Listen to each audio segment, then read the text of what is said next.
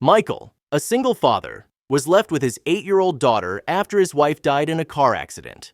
He thought he was managing well, and that his daughter was coping with her mother's death. But one day, she approached him and said she saw her mom at school every day.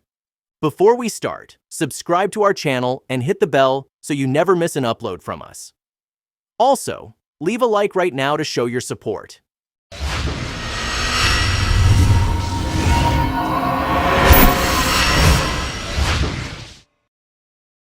Michael mourned the loss of his wife, Simone, every day. Just a few months ago, she had died in a car accident, but her body was never found because she had fallen into a river. This left Michael alone with his 8-year-old daughter, Hannah. Determined to stay strong for her, Michael moved to another city to escape the painful memories that filled their old town.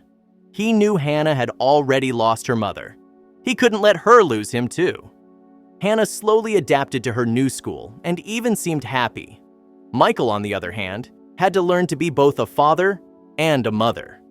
He taught himself how to style Hannah's hair, woke up early every morning to make her breakfast and pack her lunch, and even learned some ballet moves to practice with her at home. Simone had enrolled Hannah in ballet, believing she would be a great ballerina one day. Michael kept that dream alive, and it kept a part of Simone alive in her. Today, Michael had finished work early and decided to pick up Hannah from school, a rare treat since she usually took the bus. He waited in the car outside the school, excitement bubbling inside him. Soon, Hannah ran out of the school. Michael honked the horn to get her attention, and she waved cheerfully, sprinting toward the car. She hopped in, throwing her backpack onto the back seat. "Hi, Dad," Hannah said with a big smile as she got into the car. "Hi, sweetheart. How was school today?" Michael asked, starting to drive. "It was good. Everyone praised me for my math. All the work we did yesterday really helped," Hannah replied proudly. "I told you it would," Michael said with a smile. Hannah's smile faded. "But Mom still ignores me," she said sadly. Michael's heart skipped a beat. He hit the brakes harder than he meant to. "What do you mean, Hannah? Do you talk to her?" he asked, his voice full of worry. "Yes, every day," Hannah said. "But she pretends she doesn't know me." Michael sighed and started driving again, feeling a heavy weight on his chest. "Hannah, your mom is in a better place now. It's far away, and she can't respond to you. But she hears everything you say and loves you very much." Hannah looked confused. "What do you mean? She's not far away. She's at school. I see her every day," she insisted. Michael glanced at her, puzzled. "What? I don't understand what you're talking about." Hannah groaned in frustration. "Dad, what's not to understand? Mom cleans our school every morning when I get there. But when I talk to her, she says she doesn't know me. I think she's mad because I want to quit ballet," she said. "You want to quit ballet?" Michael asked, surprised. "Yes, I don't like it anymore. Mom wanted me to do ballet, but now she doesn't even talk to me," Hannah said. "Hannah, you're not quitting ballet," Michael said firmly. "I will," Hannah shot back, her voice rising. "No!" Michael shouted louder than he intended. Hannah's eyes widened in fear. He took a deep breath and softened his tone. "I'm sorry, but you're not quitting ballet. We're not discussing this." "But," Hannah started to say. Michael cut her off. "It's not up for discussion. Now let's go to school and you show me your mom." "She's not there now. She only comes in the mornings," Hannah replied. "Then tomorrow I'll go to school with you and you can show me," Michael said, determined to understand what was going on. "Okay, you'll see I'm telling the truth. You don't believe me now," Hannah said quietly. Michael sighed, his heart aching for his daughter. For the rest of the day, Michael couldn't find peace. His mind kept racing with thoughts of Hannah, seeing visions of Simone. He had thought Hannah was coping well with her mother's death. She had been calm and cheerful since their move to the new city. But now, it seemed he was wrong. The next day, Michael took Hannah to school and went inside with her. All morning, Hannah kept repeating that she wasn't lying and that he would soon see for himself. "Where is she?" Michael asked as they walked through the school corridors, his eyes scanning the halls. "I don't know. We need to find her," Hannah replied, looking around anxiously. They walked further, passing classrooms and offices. Suddenly, Hannah shouted, "There! Mom!" She pointed at a cleaner standing with her back to them. Michael froze, his heart pounding. From behind, the woman did look like Simone. Hannah ran up to her and gently tugged on her sleeve. Michael approached slowly, his mind racing. When the woman turned around, Michael realized it wasn't Simone. The resemblance had been uncanny from behind, but up close, it was clear she was a stranger. "Oh, you're not my mom," Hannah said. She stepped back, her shoulders slumping. "Unfortunately not, sweetie," the woman replied kindly, giving Hannah a gentle smile. After apologizing to the woman, Michael took Hannah's hand and led her aside. "Hannah, this isn't your mom. I know it's hard to lose her, but your mom is in a better place now and is always watching over you," he said softly. "I know this isn't Mom. I'm not blind," Hannah said, her eyes filling with tears. "But she was here. I swear. I saw her." "Okay," Michael sighed heavily, feeling the weight of her words. "You don't believe me?" Hannah shouted, her voice echoing in the hallway. "Mom always believed me." She turned and ran away from Michael. "Hannah!" he called after her. But she kept running, her small figure disappearing down the hall. Michael returned to his car, feeling a deep sense of guilt. He knew Hannah and Simone had a special bond.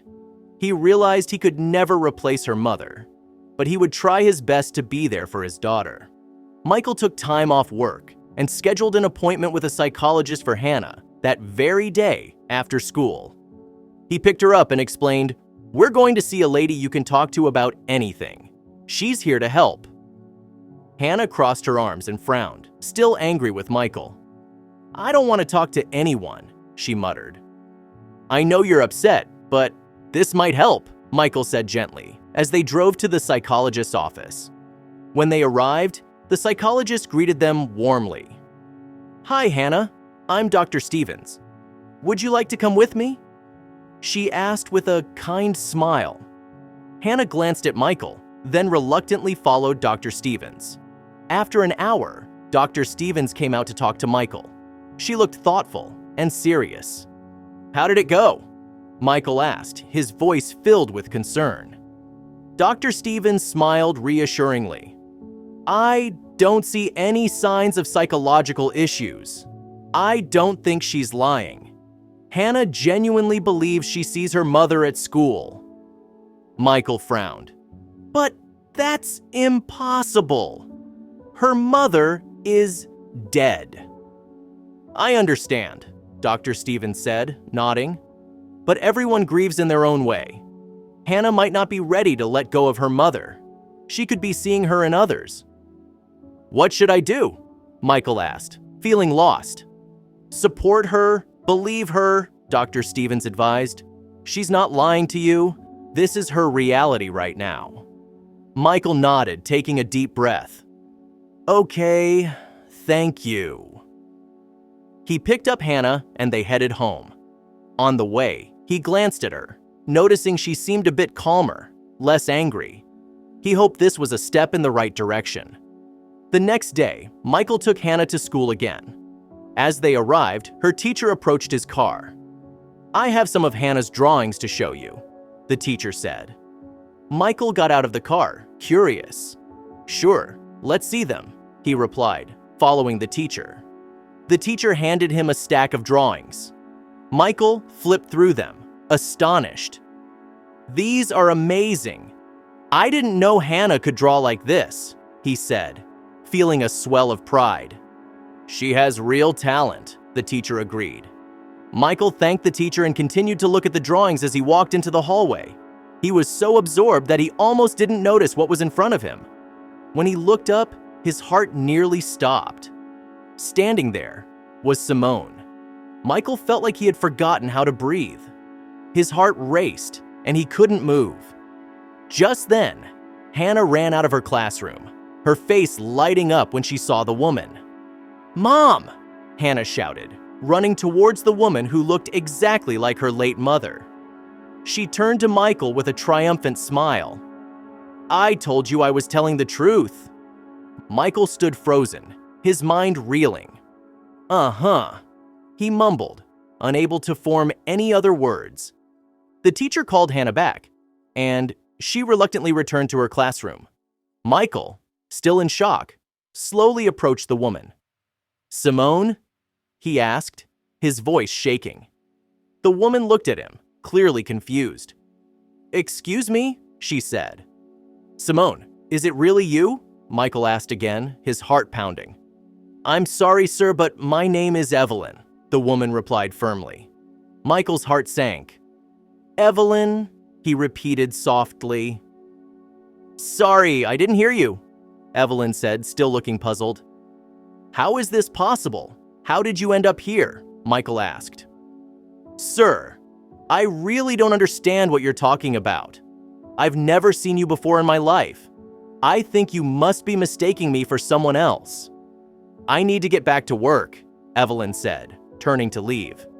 "You have a tattoo on your shoulder," Michael shouted, desperate. Evelyn stopped in her tracks, frozen. "A chrysanthemum," he added. Evelyn turned around slowly, her eyes wide with surprise. "How do you know that?" "You got it when Hannah was born." "Hannah chrysanthemum. That's the name of the flower on your shoulder." "You joked that even if Hannah grew up and forgot about you, the flower would always be with you," Michael explained. "Listen, this is very strange, and it's scaring me," she said, her eyes darting around nervously. "I also wanted to get that tattoo but was too scared." "You were always braver than me," Michael said. "How do you know what tattoo I have? Have you been following me? First, that strange girl calls me her mother, and now you. I'm going to go crazy," Evelyn said, her voice rising with fear. "Please, let me explain everything. Will you have coffee with me?" Michael asked, his eyes pleading. "I need to finish my work," Evelyn replied, still looking wary. "I'll wait for you outside," Michael said, hoping she would agree. Michael went outside and leaned against his car, his mind racing. He couldn't believe this was real. After some time, Simone came out of the school and hesitantly approached him. "Ready to go?" Michael asked softly. Simone nodded and they got into the car, driving to the nearest cafe. They ordered coffee. Black. Michael smiled, remembering how Simone always hated coffee with sugar or cream. When their order arrived, Michael took a deep breath. "I need to tell you something. We were married, and we have a daughter named Hannah." Simone looked confused, but listened intently. "I don't remember any of that," she said softly. "Fishermen found me on the riverbank. They let me live with them, but I couldn't remember anything about my life, not even my name. I chose the name Evelyn, but I don't know why." Michael's eyes softened. "We wanted to name our next daughter Evelyn," he explained. Simone's eyes widened. "Really?" Michael nodded. "Yes. Hannah and I would love for you to come home with us. You don't have to decide now, but think about it." Simone looked down at her coffee. "Okay, I'll come with you. But I still don't remember anything." Michael smiled gently. "That's all right. We can figure it out together." Simone had been living with Michael and Hannah for a week. Hannah was very happy and constantly reminded Michael that she had been right. Simone was also trying to adjust to her new life. Although she still couldn't remember anything from before, she was trying her best to fit in. Michael decided they should sleep in separate rooms for now. He wanted Simone to feel comfortable and not pressured. Today, after breakfast, Simone was finishing her coffee at the table while Michael washed the dishes. Hannah approached Simone with a serious look on her face. "Mom, will you be mad at me if I quit ballet?" Hannah asked. Why would I be mad at you? She asked, glancing at Michael, who stopped washing dishes to listen. You liked watching me dance. You wanted me to be a ballerina, Hannah said quietly. Simone smiled gently. And what do you want to do? She asked. Hannah's face lit up. I want to draw. Then you should draw, Simone said. She turned to Michael. Do you think we could enroll her in an art school? Michael smiled warmly. Yes, definitely, he replied. Yay! Hannah shouted. She hugged Simone tightly, then ran to Michael and hugged him before dashing off to her room. Simone watched her go, then cautiously approached Michael, holding her coffee cup. Let me wash this, she offered. Michael took the cup from her hands. It's okay. I'll wash it, he said with a smile. Simone smiled back, but didn't move away. She continued to stand there, watching him. Is everything okay? Michael asked, noticing her hesitation. Yes, Simone said softly. I think I remembered something. Michael turned to face her. What did you remember? We were standing by the sea and a dog ran up to us. It first knocked me over and then knocked down an arch we were standing under, Simone said. Michael laughed. Yes, that was our wedding. The dog was Toby, my childhood pet. He adored you and couldn't contain his excitement.